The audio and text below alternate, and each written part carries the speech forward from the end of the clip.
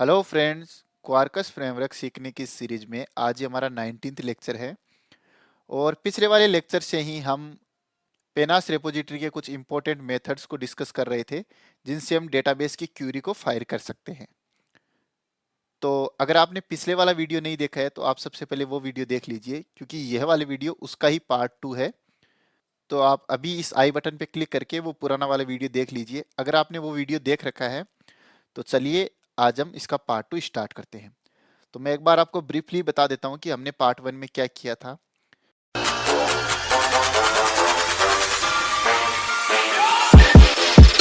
तो हमने एक एपीआई बनाई थी सेव सिम कार्ड नाम की, और इसके अंदर हमने कुछ इसको सेव किया था। और यहाँ पे हमने डिस्कस किया था हमारा पहला मेथड परसिस्ट, जो कि हमने कई बार डिस्कस भी कर लिया है। उसके बाद में हमने एक टेस्ट मेथड नाम की एपीआई बनाई थी, जहाँ पे हमने टोल नाम का मेथड डिस्कस किया था। तो आज हम क्या करते हैं, हम अपने सारे के सारे मेथड को एक डिसिप्लिन के अंदर सीखते हैं, जिससे कि आपको फ्यूचर में भी यूज हो जाए। तो मैं इन दोनों मेथड को एक बार के लिए मिटा देता हूं, आप टेंशन मत लीजिए। जो ये मेथड है ये मैंने गिट रेपोजिटरी पे होस्ट कर दिए हैं, और अब मैं अगर इनको मिटा भी दूंगा तो आपको वो वाला कोड भी मिल जाएगा और ये लेटेस्ट कोड भी मिल जाएगा। आप इसको गिट रिपोजिटरी पे कैसे देखोगे, तो यहाँ पे आप देख सकते हो कि मैंने गिट रिपोजिटरी के अंदर डिफरेंट डिफरेंट ब्रांचेज बना रखी है, हर एक लेक्चर के हिसाब से। लाइक लेक्चर 16, लेक्चर 17, लेक्चर 18 और ये लेक्चर 19। तो अगर आप लेक्चर 18 वाली ब्रांच पे जाओगे तो आपको 18th वाला ये कोड मिल जाएगा। तो अगर आपको नहीं पता कि हम इन ब्रांचेज को कैसे एक्सेस कर सकते हैं, तो मैं एक काम करूंगा, डिस्क्रिप्शन बॉक्स में इस कोड का लिंक दे दूंगा, तो आप वहां से जाके इसको डाउनलोड भी कर सकते हो। तो चलिए एक बार हम इन सारे मेथड को मिटाते हैं और हम स्क्रैच से अपने सारे मेथड को सीखते हैं। तो सबसे पहला मेथड जो परसिस्ट था, उसी को आज हम एक नई तरीके से, जिसको हम रियल वर्ल्ड में कैसे यूज में लेंगे, उस तरीके से सीखते हैं। तो हमने दो मेथड सीख लिए थे, परसिस्ट और लिस्ट ऑल। लेकिन क्योंकि यहाँ पे हमने हार्ड कोड डेटा सेट किया था, लेकिन रियल वर्ल्ड में इस परसिस्ट मेथड को कैसे काम में लेंगे, फटाफट नेक्स्ट 5 मिनट में वो सीख लेते हैं, और उसके बाद में हम आगे वाले मेथड पे जंप करेंगे। तो यहाँ पे मैं एक एपीआई बना लेता हूँ फटाफट।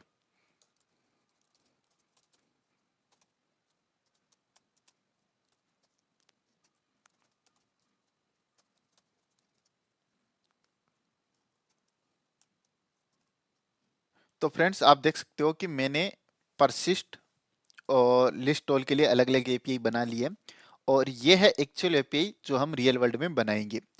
तो हम यहाँ पे परसिस्ट का मतलब क्या होता है कि हम एक नई सिम कार्ड को सेव कर रहे हैं, तो वो सिम कार्ड हमको कहीं ना कहीं से तो मिलेगी। तो अभी वो सिम कार्ड हम स्वेगर यूआई के थ्रू पास करेंगे। तो उसके लिए क्या होता है कि जब भी हम डेटाबेस में कुछ डेटा सेव करते हैं, तो हमें @पोस्ट मैपिंग को काम में लेना होता है। और यहाँ पे मैं ट्रांजेक्शनल एनोटेशन भी यूज में ले लेता हूँ, ये मैं भूल गया हूँ। और ये एपीआई किस बात पे एक्सेस होगी, परसिस्ट अंडरस्कोर सिम कार्ड पे। यहाँ पे मैंने रिक्वेस्ट बॉडी सिम कार्ड क्यों लिखा है, क्योंकि वहां से हम एक सिम कार्ड भेजेंगे, तो वो वाली सिम कार्ड इस वाले सिम कार्ड वाले ऑब्जेक्ट के अंदर रिसीव हो जाएगी। और यहाँ पे हमने सिम कार्ड वाला ऑब्जेक्ट सेव कर दिया है डेटाबेस के अंदर, और हमने चेक कर लिया है कि क्या सिम कार्ड सेव हुई है या नहीं हुई है। अगर सेव हुई है तो हमने एक मैसेज प्रिंट करा दिया, SIM card save successfully. Otherwise हमने बेड रिक्वेस्ट फॉर्म करा दी, अदरवाइज हमने बेड रिक्वेस्ट रिटर्न करा दी। अब हम चलते हैं नीचे वाले मेथड पे। तो ये वाला है हमारे पास लिस्ट टोल का। तो यहाँ पे हम क्या करेंगे, सारे के सारे सिम कार्ड की लिस्ट रिटर्न करेंगे। तो यहाँ पे मैंने क्या किया, लिस्ट ऑल मेथड को कॉल किया, और ये हमें सारे के सारे सिम कार्ड की लिस्ट रिटर्न कर देगा। अब हम चलते हैं अपने नेक्स्ट मेथड की ओर। एक बार हम सारे मेथड बना लेते हैं, उसके बाद में हम एक बार हम सारे मेथड बना लेते हैं, उसके बाद उनको टेस्ट करेंगे। तो हमारे पास तीसरा मेथड होता है फाइंड बाय आईडी। पेनास रेपोजिटरी का जो इंपॉर्टेंट मेथड है वो है फाइंड बाय आईडी।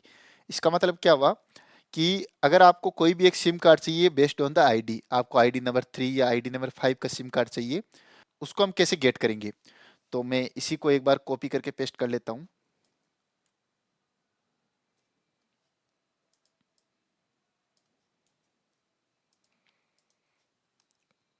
और यहाँ पे मैं लिख देता हूँ फाइंड बाय आईडी कार्ड। मैं ये नाम सिर्फ आपके रेफरेंस के लिए लिख रहा हूँ, ताकि आपको देख के इसको सही से समझ में आ जाए। और यहाँ पे हम लिखेंगे, अब क्योंकि वो आईडी हमें मिलेगी पाथ के अंदर, तो यहाँ पे मैं उस आईडी को डायनेमिकली गेट कर लूँगा। तो यहाँ पे ये आईडी हमको मिल गई। तो इस आईडी को गेट करने के लिए हम क्या करेंगे, पाथ पैराम, इसके अंदर पाथ पैराम, यहाँ पे आप लिखिए सेम वेरिएबल का जो आप यहाँ पे पास करोगे आईडी। और अब ये आईडी किस टाइप की होगी, हमें पता है ये आईडी लॉन्ग टाइप की होगी, तो आप यहाँ पे लिख देना है लॉन्ग आईडी। इस आईडी को आप कुछ भी लिख देते हो, जैसे सिम कार्ड आईडी, लेकिन आप याद रखिए ये वाली आईडी और ये वाली, सॉरी, ये वाली आईडी और ये वाली आईडी सेम होनी चाहिए। अब हम क्या करते हैं, इसको मिटा देते हैं और यहाँ पे हम एक्चुअल मेथड कॉल करते हैं। हम लिखते हैं SIM card repository dot find by ID, और यहाँ पे आप इस सिम कार्ड आईडी को पास कर दीजिए। अब आप देखोगे ये हमें क्या रिटर्न करके देगा, ये सिम कार्ड का ऑब्जेक्ट रिटर्न करके दे दिया हमको, और यहाँ पे हमने सिम कार्ड को रिटर्न कर दिया। तो ये हमारा मेथड है फाइंड बाई आईडी का। अब चलिए हम अगला मेथड डिस्कस करते हैं। तो अगले मेथड के रेफरेंस के लिए हम चलते हैं अपने इस वेबसाइट पे और स्क्रॉल डाउन करते हैं।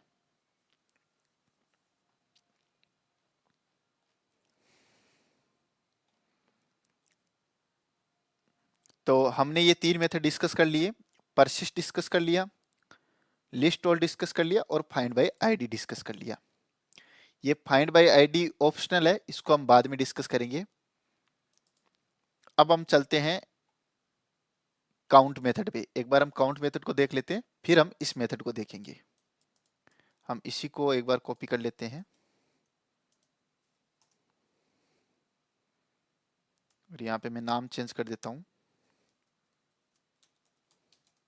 Count SIM card.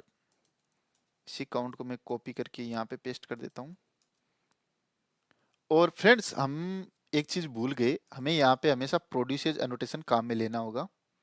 तो देखो मैंने ऊपर भी काम में नहीं लिया है, तो यहाँ पे मुझे लिखना पड़ेगा प्रोड्यूसेज, और यहाँ पे मैं लिख देता हूँ मीडिया टाइप डॉट, क्योंकि ये तो हमें सिंपल टेक्स्ट प्लेन रिटर्न करके देगा, क्योंकि हमने यहाँ पे सिंपल एक स्ट्रिंग रिटर्न कराई है कि ये सिम कार्ड सेव हुई है या नहीं हुई है। तो आपको इस मेथड के लिए तो लिखना पड़ेगा टेक्स्ट प्लेन, लेकिन अगर हम अपने नेक्स्ट मेथड पे जाएं तो ये हमें लिस्ट रिटर्न करके देगा जो कि जेसन फॉर्म में होगी। तो अब हमको यहाँ पे रिटर्न कराना पड़ेगा एप्लीकेशन जेसन। सिमिलरली ये वाला मेथड भी हमें जेसन रिटर्न करके देगा, तो आप यहाँ पर भी एप्लीकेशन डॉट जेसन लिख दीजिए। और ये वाला मेथड हमें सिंपल प्लेन टेक्स्ट रिटर्न करके देगा, क्योंकि ये सिर्फ हमको काउंट बताएगा। तो यहाँ पे हम लिख देते हैं टेक्स्ट प्लेन, और यहाँ पे हम मेथड को कॉल कर लेते हैं काउंट। तो ये हमें काउंट रिटर्न करके दे दिया, और इस काउंट को मैंने यहाँ पे रिटर्न करा दिया। अब चलिए हम चलते हैं अपने अगले मेथड पे, और हमारा पास अगला मेथड है कि बेस्ड ऑन द कंडीशन हम डेटा किस तरीके से फेच करेंगे। चलिए इसको मैं समझाता हूँ। मान लीजिए कि आपको सारा का सारा डेटा चाहिए। एक बार हम इस आईडी को भी हटा देते हैं, क्योंकि काउंट मेथड में हमें आईडी नहीं चाहिए। अब हम अपना नेक्स्ट मेथड डिस्कस करते हैं, वो होता है कंडीशनल डेटा। कंडीशनल डेटा का मतलब क्या हुआ कि मान लीजिए आपको डेटाबेस के अंदर से सिर्फ उन सिम का डेटा चाहिए जो जियो की है, या फिर उन सिम का डेटा चाहिए जो एयरटेल की है। अगर मैं एसक्यूएल की भाषा में कहूँ तो आपको क्यूरी लिखनी है सेलेक्ट स्टार फ्रॉम टेबल का नाम हमारे पास है सिम कार्ड, तो select star from SIM card where SIM is equal to Jio Airtel और वाट एवर इट इज। तो उस क्यूरी को हम पेनास रिपोजिटरी से कैसे एग्जीक्यूट करेंगे, तो उसके लिए हमारे पास एक मेथड होता है, उसको मैं बना लेता हूं। हमारे पास पेनास रिपोजिटरी यानी सिम कार्ड रिपोजिटरी का एक मेथड है लिस्ट ओनली सिंपल लिस्ट, और यहां पे आप पास कीजिए क्यूरी का मतलब क्या होता है कि मान लीजिए आपको प्रोवाइडर, तो यहाँ पे आप लिखिए प्रोवाइडर PROVIDER। प्रोवाइडर क्या होना चाहिए, जियो होना चाहिए। ओके, और ये हमको एरर दे रहा है, एरर क्यों दे रहा है, इसको आप यहाँ से हटा दीजिए, और मैं यहाँ पे Ctrl+Alt+V करता हूँ, तो हमें यहाँ पे सिम कार्ड लिस्ट मिल गई। और ये सिम कार्ड लिस्ट कौन सी है, जो सारे की सारी जियो की है। लेकिन क्योंकि हम डेटा हार्ड कोड पास नहीं करेंगे, तो चलिए इस जियो को भी हम डायनेमिकली बना देते हैं। तो डायनेमिकली बनाने के लिए हम क्या करेंगे, हम यहाँ से सबसे पहले इसका नाम चेंज कर देते हैं। तो इसका नाम चेंज करने के लिए हम सिंपल लिख देते हैं लिस्ट सिम कार्ड। ओके, और यहाँ पे हम पास करेंगे अपना प्रोवाइडर, और इस प्रोवाइडर को मैं यहाँ पे से कॉपी करता हूँ, पेस्ट करता हूँ, और क्योंकि ये प्रोवाइडर स्ट्रिंग टाइप का है तो यहाँ पे मैं लिख देता हूँ सिम कार्ड प्रोवाइडर। ओके, और ये सिम कार्ड प्रोवाइडर मैंने यहाँ पे पास कर दिया। अब इसका मतलब क्या हुआ, यहाँ पे मैंने रिटर्न करा दी सिम कार्ड लिस्ट को। अब मैं इस मेथड को आपको समझा देता हूँ, और ये मेथड सबसे पहले रिटर्न करेगा एप्लीकेशन जेसन। अब मैं इस मेथड को आपको समझा देता हूँ। ये वाला मेथड हमें क्या करके देगा, ये हमको डायनेमिकली लिस्ट रिटर्न करके देगा। यहाँ पे हम लिख देते हैं प्रोवाइडर लिस्ट। तो अब मैं आपको ये मेथड समझा देता हूँ। ये मेथड हमारा करेगा क्या, ये हमको डेटाबेस के अंदर जब हम अपनी एपीआई को हिट करेंगे वहां पे हम एक प्रोवाइडर पास करेंगे, जैसे कि हम जियो पास कर दिया, एयरटेल पास कर दिया, तो ये हमको डेटाबेस से वो सारी सिम दे देगा जिनका प्रोवाइडर एयरटेल है या फिर जिनका प्रोवाइडर जियो है। समझ में आ गया। और जब हम इस एपीआई को हिट करेंगे तब आपको ये और ज़्यादा समझ में आ जाएगी। अब क्योंकि ये डेटा हमको जेसन के फॉर्म में मिलेगा तो आपको यहाँ पे मीडिया टाइप एप्लीकेशन जेसन रखना है। अब इसी तरीके से आप कहोगे कि अगर मैं इसको कॉपी करके पेस्ट करता हूँ, तो अब मान लीजिए आप ये कहते हो कि मुझे सारे के सारे सिम की लिस्ट चाहिए जो कि एक्टिव है, तो आप यहाँ पे एक एपीआई बना लीजिए, एक्टिव लिस्ट सिम कार्ड, और यहाँ पे आप कुछ भी पास मत करिए, सही, कोई दिक्कत नहीं है।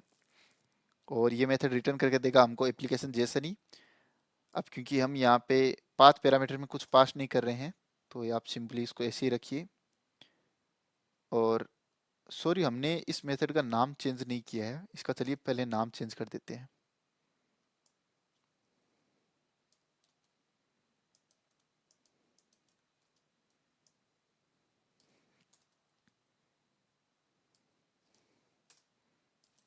और हम इस मेथड का भी नाम चेंज कर देते हैं।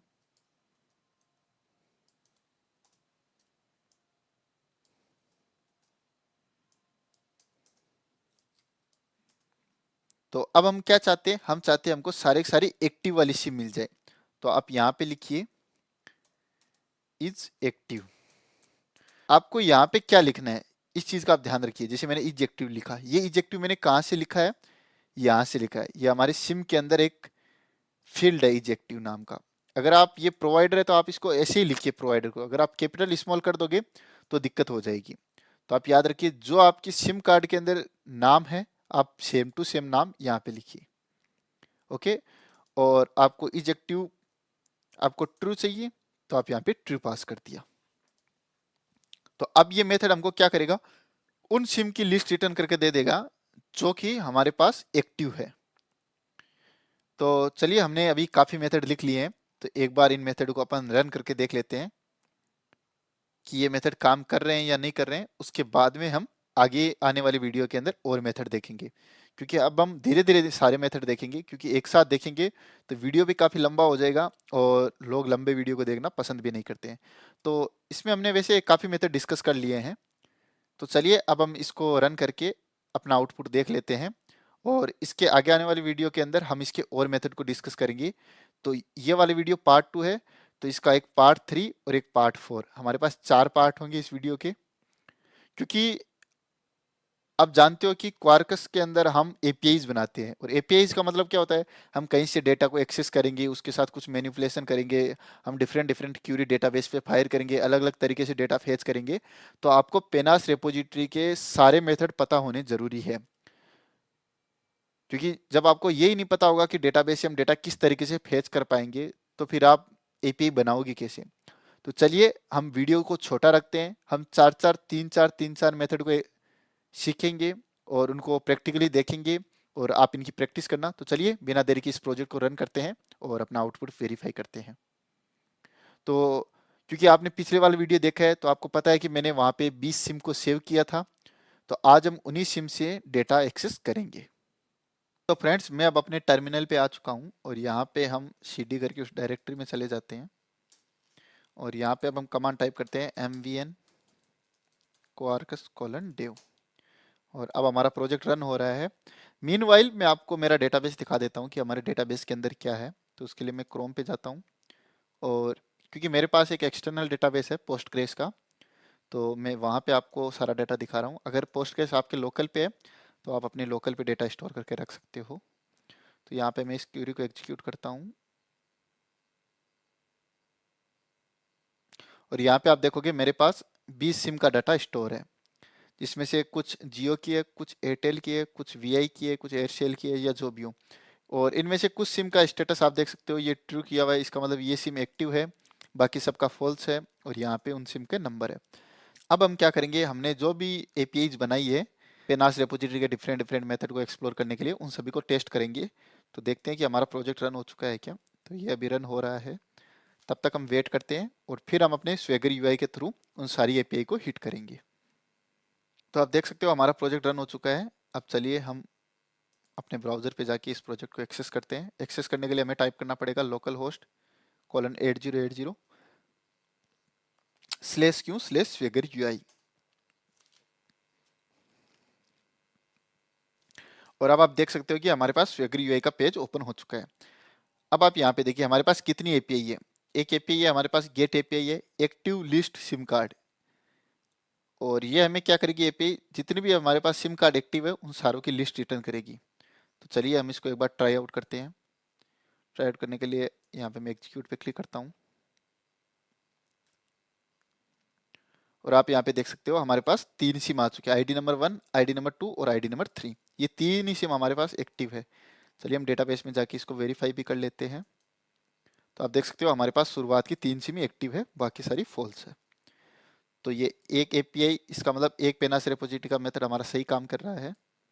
अब हम चलते हैं काउंट सिम कार्ड। तो ये एपीआई हमें टोटल सिम कार्ड का काउंट देगी रिटर्न करके। तो यहाँ पे एग्जीक्यूट करते हैं और आप यहाँ पे देख सकते हो हमारे पास 20 सिम थी। चलिए ये भी अपनी सही काम कर रही है। अब यहाँ पे है find by ID SIM card, यानी यहाँ पे हम कोई एक आईडी पास करेंगे और उस आईडी वाली सिम की हमारे पास इंफॉर्मेशन मिल जाएगी।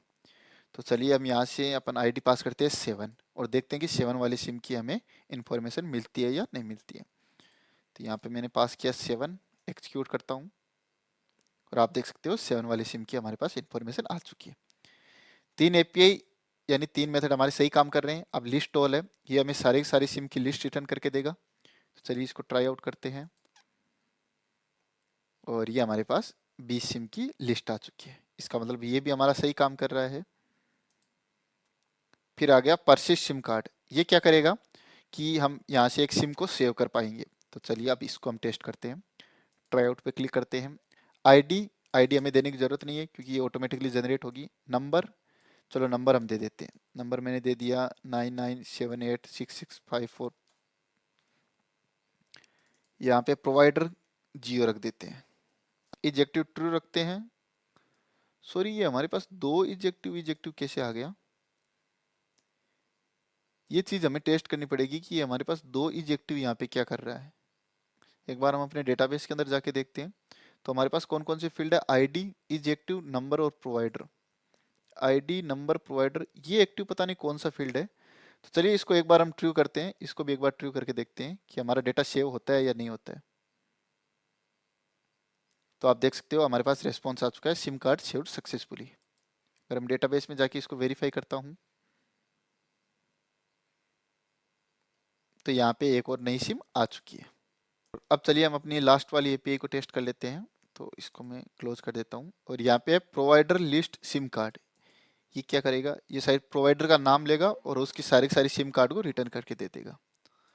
यहाँ पे मैं प्रोवाइडर में पास कर देता हूँ जियो, एग्जीक्यूट करते हैं और आप यहाँ पे देख सकते हो सारे जियो की सिम कार्ड वाले की लिस्ट आ चुकी है।